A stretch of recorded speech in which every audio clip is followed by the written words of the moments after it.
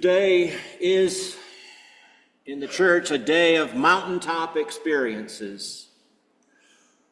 Moses taking his associate Joshua up a mountain in our first reading from Exodus, and Jesus taking his closest disciples, Peter and James and John, up a mountain in our gospel from Matthew.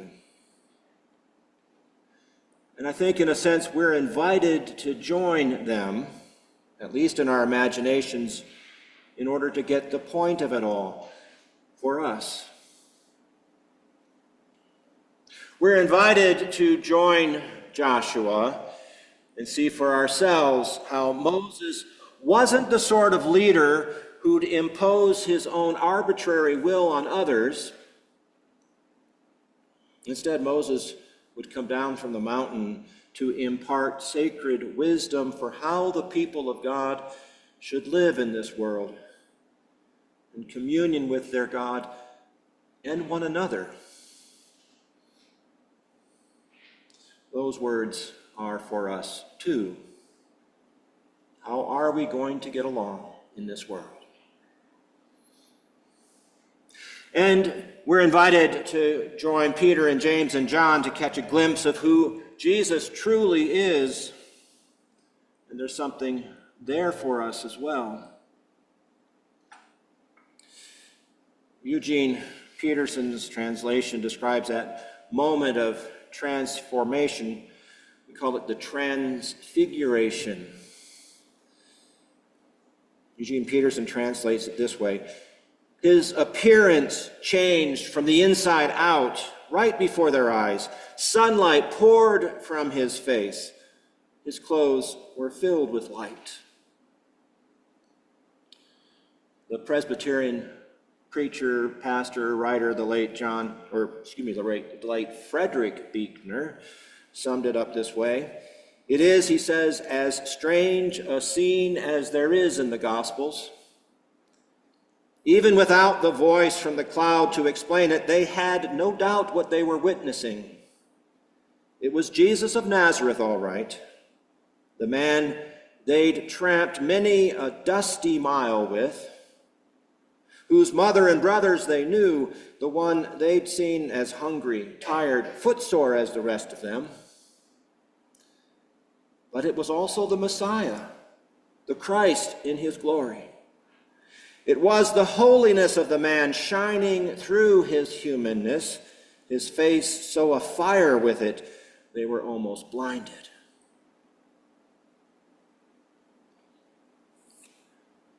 But wait, there's more. It almost seems superfluous, but there's more.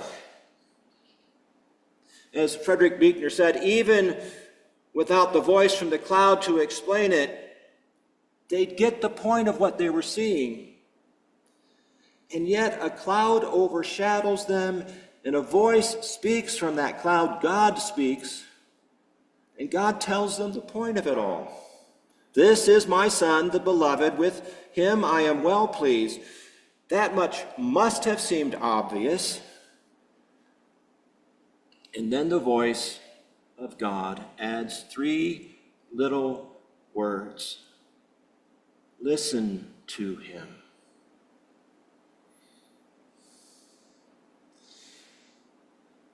Well, after all they've just seen, these 3 words might seem unnecessary, and yet the disciples had shown a remarkable ability not to listen to Jesus very well. Our gospel this morning sets the context to make the point. If you actually read this morning's gospel from the Bible directly and not from your bulletins this morning, it would have started 6 days later.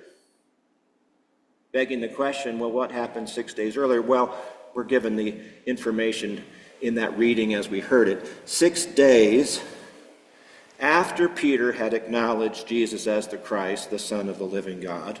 Which is to say that even before we heard about this morning's mountaintop experience, we were reminded at the very beginning that Peter had already connected the dots. He knew who Jesus was. He didn't need this transfiguration. On that occasion, 6 days earlier, Jesus had asked the disciples what people were saying about him. And they told him what the folks were calling him. Some say John the Baptist, and others Elijah, and still others Jeremiah or one of the prophets. That's what the disciples told Jesus 6 days before. And then Jesus asked, "But who do you say that I am?" And it was Peter, one of the three who went up the mountain with Jesus that day, who gave the answer, "You are the Messiah, the Son of the living God." But on that occasion, when Jesus began to speak next to the disciples about what it all meant for him and for them, when Jesus spoke to them about suffering and rejection and crucifixion and resurrection, Peter could not hear him. Peter rebuked Jesus. He would not listen. The pattern had been set. And even on the mountaintop this morning, as Jesus is transfigured and is joined by Moses and Elijah, Peter cannot stop himself from talking. "Let's build some tents," he says. He's too busy talking to listen. He's not listening still. And that is precisely when the cloud overshadows him and the others there on the mountaintop. That's when the voice of God interrupts Peter and tells all of them to stop talking,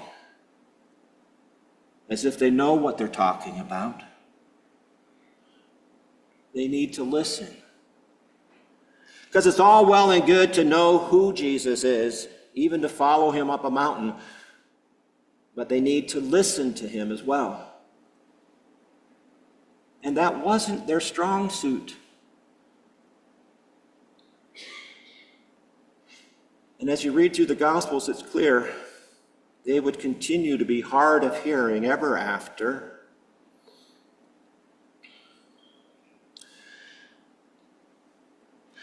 My sister-in-law gave me a gift this past Christmas that makes the point. It's a pin that I have on my shirt at the moment. You can't see it under the vestments.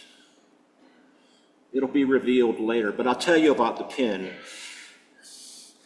It's an image of Jesus doing a face palm and lamenting, "OMG, you guys, that's not what I said."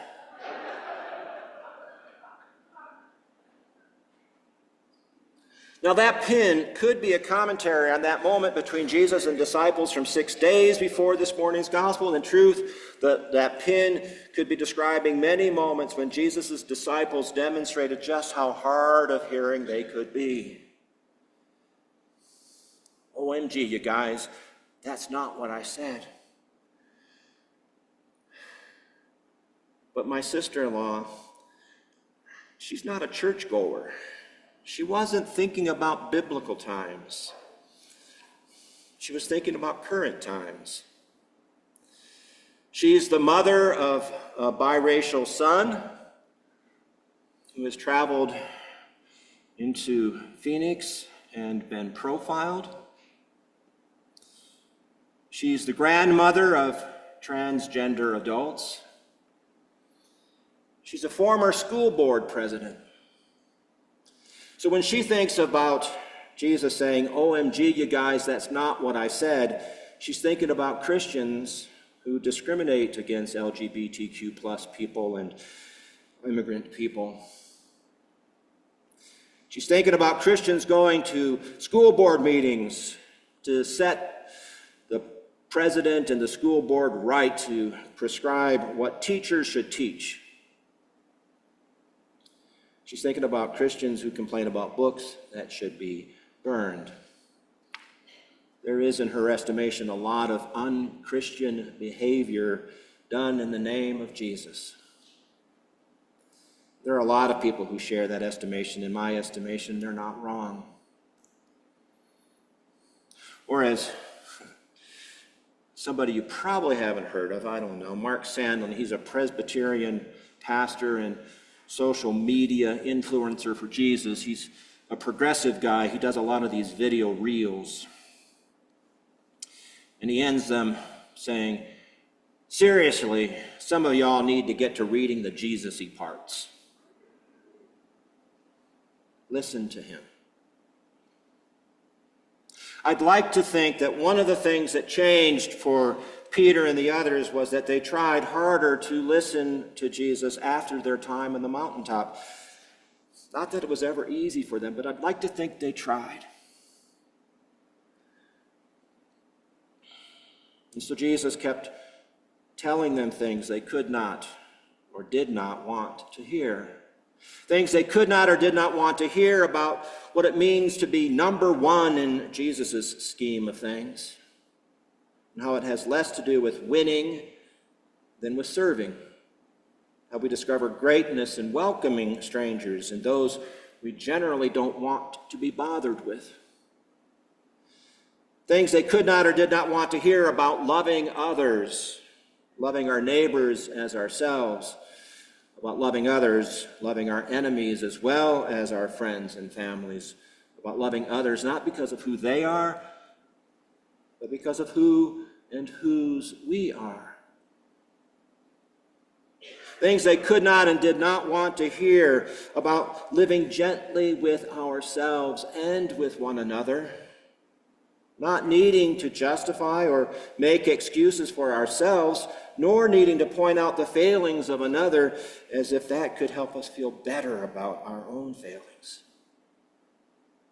Things they could not or did not want to hear about embracing all that life offers, including the pain that comes with it.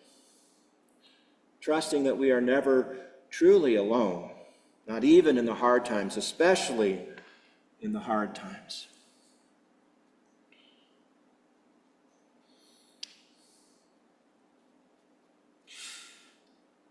There's something of an addendum to that mountaintop experience, but it's more than an afterthought.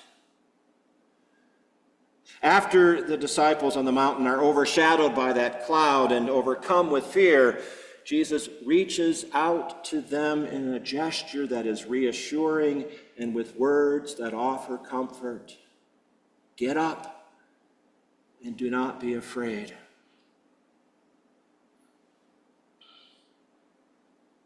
Now, I cannot think that Jesus means getting scared is bad. It's entirely obvious why they were overcome by fear, as it says in the gospel. I think Jesus means, however, to say that their fears should not leave them cowering on the ground, paralyzed. Get up. Be raised up for life. And then, as Eugene Peterson's translation puts it, when they opened their eyes and looked around, all they saw was Jesus, only Jesus.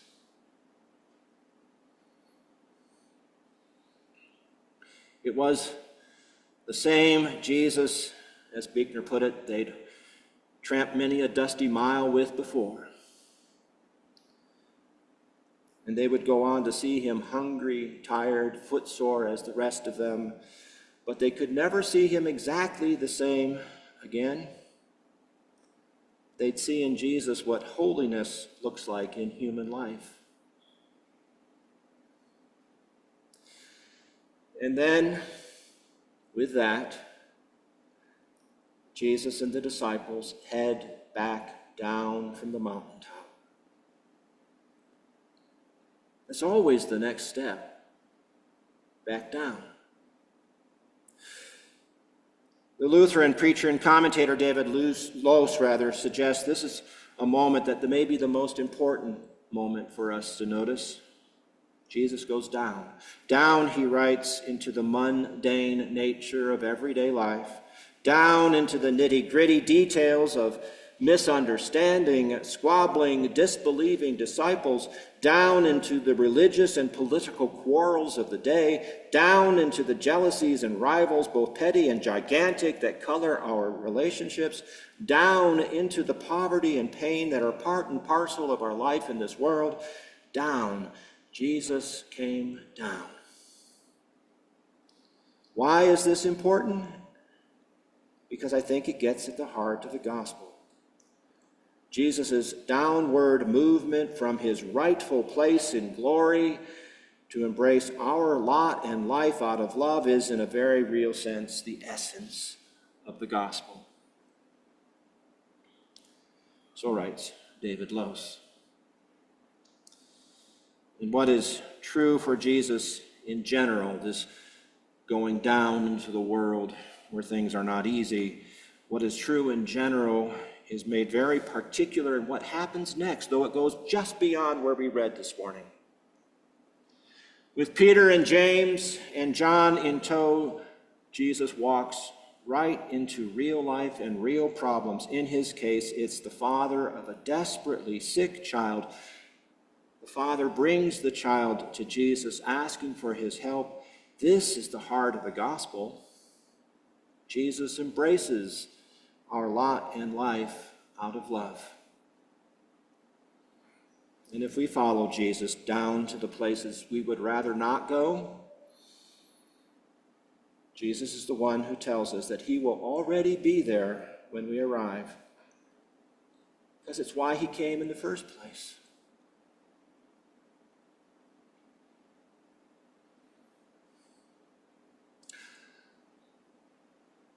Jesus had to keep showing them how to live and love and telling them what they needed to hear, because they had a hard time listening.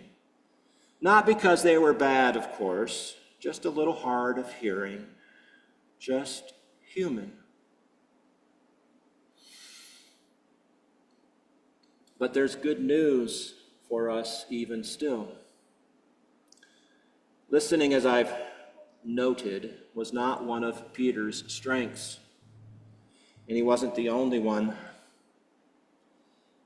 But Jesus never gave up on him or the others. He didn't shame them. He didn't fire them. He didn't replace them with better listeners. He kept teaching. He kept loving. He kept inviting. Jesus never gave up on them. He doesn't give up on us either. Jesus doesn't abandon people who get him wrong. He didn't then, he doesn't now. He patiently, persistently calls us back to what he actually has to say. He invites us to listen.